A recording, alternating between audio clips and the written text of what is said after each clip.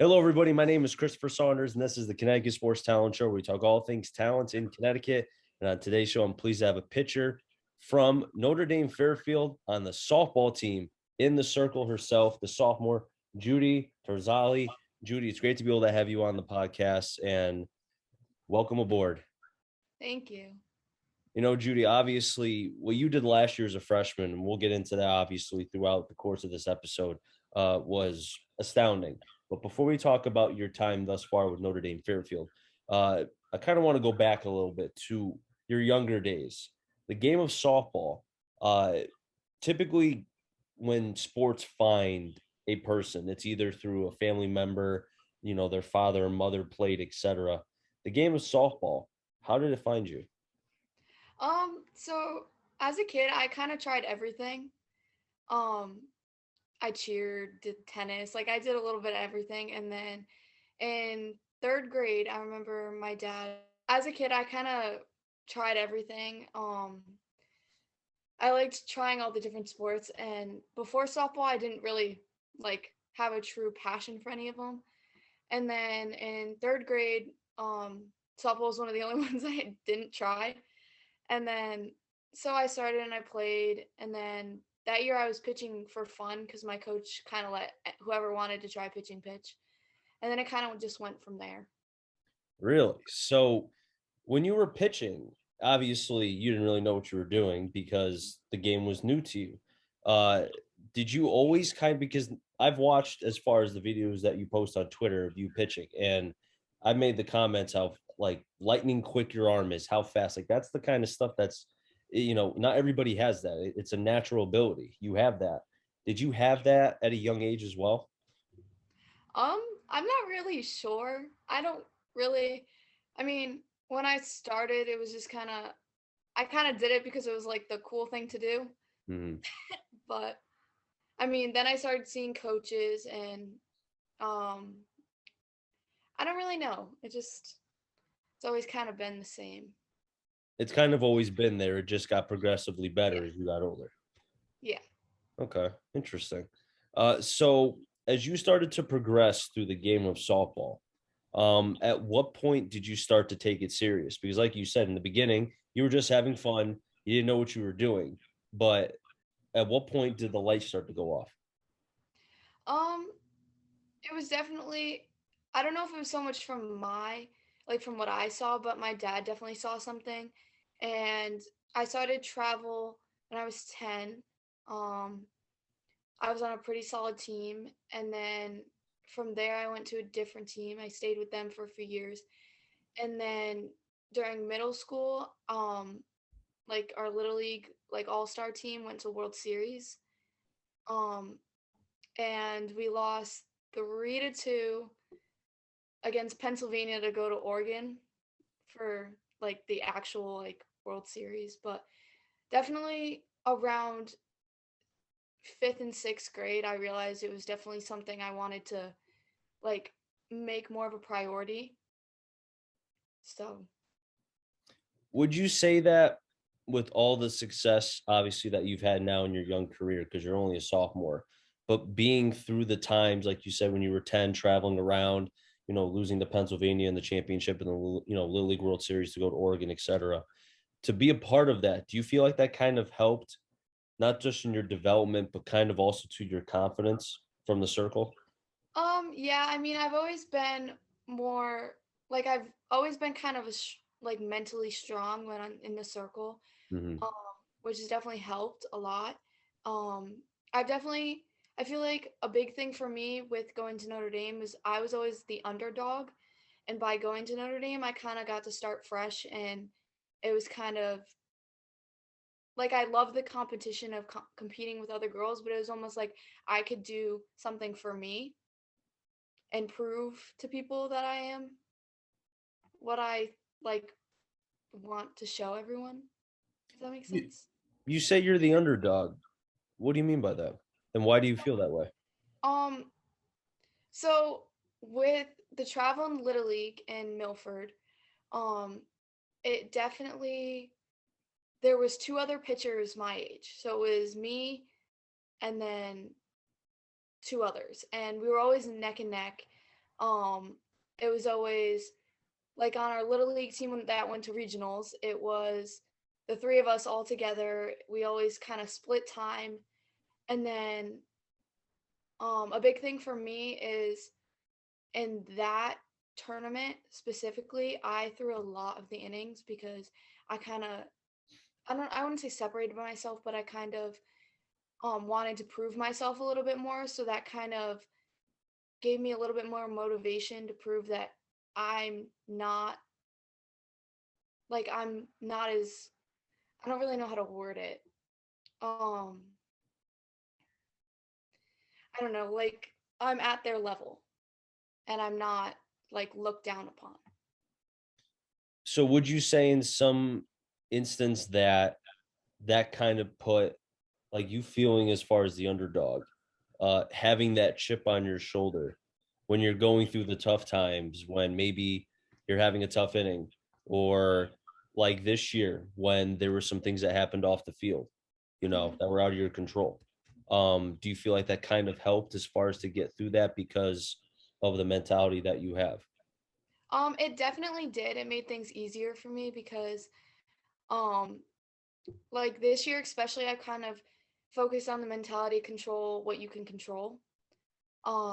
Which is important because with this year it's obviously different, and as long as I can control what I can control and do give 110% and do the best I can, it's definitely going to be like it's going to help out the team a lot considering I am in the circle. So, I just kind of want to be the best teammate I can be at this point. And I think having some diversity in the past has helped me because it almost like kind of taught me younger that things will happen and you just kind of have to let them go. I want to go back to your freshman year really quick. I mean, it's not like it was years ago, it was only last year, so it's not that far. Your first varsity game. Uh, Take me into that. Do you remember? I'm sure you do. The team, the outcome, how you felt. Just take me into that. So we played Brookfield and I don't remember much. I think it was a 7-0 game. I remember I had 16 strikeouts and I think I had a home run too, but I So definitely yeah. I definitely was not expecting that, and I know talking to some of the other girls, like the seniors last year, I ended up getting really close with. They weren't expecting it either, because I kind of came in and they all looked at me and were like, "Oh, she's tiny, and she's our pitcher." But yeah, I definitely was not expecting that positive of an outcome. Mhm. Um, I mean, I feel like that kind of set a tone and helped me realize that I can do this, and it kind of gave me a little bit of a confidence boost, and then I just kind of went from there. Quite the debut. A home run, 16 Ks. I mean, can you ask for anything better? Jeez. And then on top of it, like you said, going into the game, your teammates who you end up being closer with, the seniors, like this tiny girl, what's she gonna do? And then fast forward 2 hours, home run, 16 strikeouts. Here, look, this is what I can do. Here you go. Yeah. Jeez. And then you capped off what was a fantastic freshman year. A tough game against Massac, very tough game. I thought that was one of the better top games that, I felt like a lot of people were not really talking about because you had the juggernaut of Massac, Mhm. which we know as far as being ranked in the country, in the state, or whatever you want to call it. But then to go up against them too, I mean, that had to be quite the experience for you as well in the big game like that. Yeah, especially the first game, I didn't really know what to expect because I was looking at it. Oh, they're number 20 in the country, number one in the state. Their pitcher's going to, at the time, Holy Cross. And I was like, I knew they were a really good team. And at that point, I never really had like a solid matchup. I mean, we had our Newtown games, which were both very close games.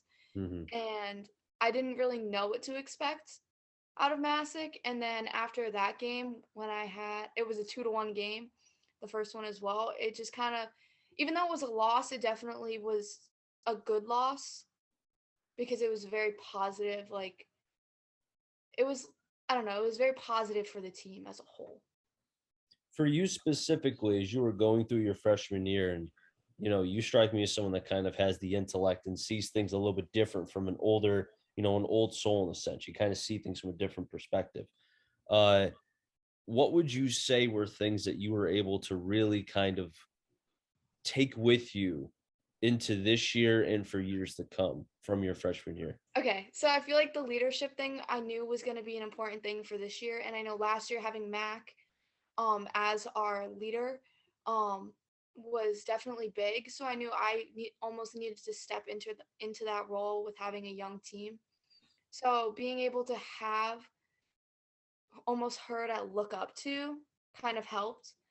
And then I feel like just having a successful season, obviously, like I don't want to come off like it as an ego type thing, but it almost kind of gave me like a confidence boost and helped me realize that I can do this, which I think is it helped this year because um I kind of allowed myself to kind of relax a little bit, knowing that I did it last year, I can do it again. So, And you've continued it over 100 Ks, which I think surpasses, from what you've told me, what your pace was last year. You're hitting over, what was it, 350? No, sorry, 500, pardon me. yeah. You're hitting very, very well there. So, and then, obviously it's never too early to think about the next, door for you, the next opportunity as far as colleges. That's not far away either. So this only enhances your resume this year and your next 2 years. You know what I mean? Mhm. So that's really good stuff, Judy. Very good stuff. I want to talk to you kind of about your repertoire a little bit because obviously, I didn't play softball, I played baseball. So fastball, curve change, slider, circle change, Vulcan change, etc. I could go on and on. Softball is a little bit different. You've got the rise ball, then you've got, I think, what, the change up, drop ball. What are you throwing to these SWC hitters? Um so I've definitely spent a lot of time this past year. Like I'm always more of a spots pitcher. Like I'm not going to blow by you. I don't throw 65 miles per hour, but I've always been able to hit my spots consistently, which helps. And my two seam is like my go-to pitch in a sense for the fastball. Mhm. I've spent a lot of time working on my changeup, which has been very helpful this year, as well as my drop curve and my screw and screw rise. What was the last one? Screw high? Screw rise. I've never heard of that. Is that new? No, it screws in and then rises at you at the same time. So it's almost like a knuckleball, but it goes up, right? Or No, no? it's like a curveball into righties, and it Okay. goes up at you. So it like breaks two planes. It goes like that. That sounds terrible for a hitter. That sounds awful. I Yeah. would not want to face that. Jeez. So, and since we're on the topic of pitching, because I love talking pitching, even for softball, it's awesome. Do you ever work on, because I know in baseball, the tunneling aspect, throwing everything from the same plane, and then when it's about 10 feet away from home plate, then it darts. That kind of gives the illusion of different kinds of stuff. Are you in that point of your development as a pitcher yet where you're trying to keep things looking like one thing and then they dart and do something else?